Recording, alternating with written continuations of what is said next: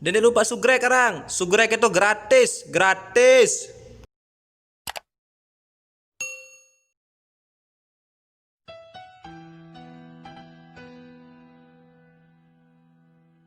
Kak, apa kena mi jap-jap pakaian ke meriku?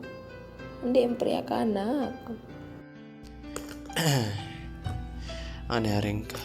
Oleh wajul oleh paling dengan tawa amge. Aneh kak, lamun iya ini senang dengan toa amjek sayang.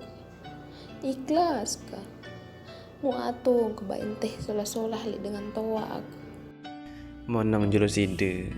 Jaluk lalu raos. Jika kepenang mikir aku masih. Percuma ke masih tetap ini balim kak.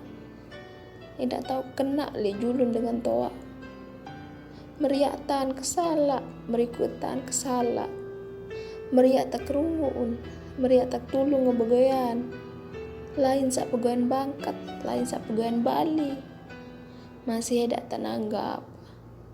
Lelah kendah jari bahan rausan dengan toam. Apa wahantan kesala? Sinsak meri lalu naku. Gak sabar minta melawan di dengan tawa waharan. Berembentan kayak sabar malik kak lamunah merini.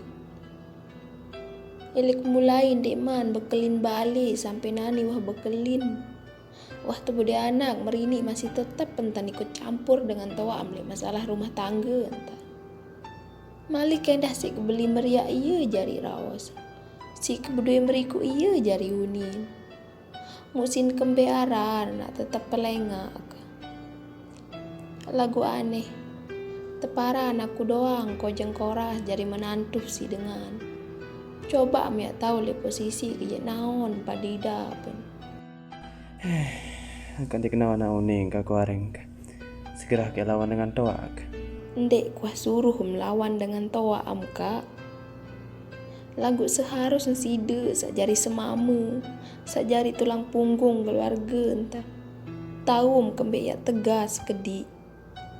Ndek emsak merini doang tam milu-miluan pesalah aku.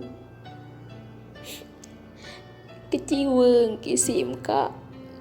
Ternyata gagal menjadi imam sak tegas. Saya bertanggung jawab untuk keluarga.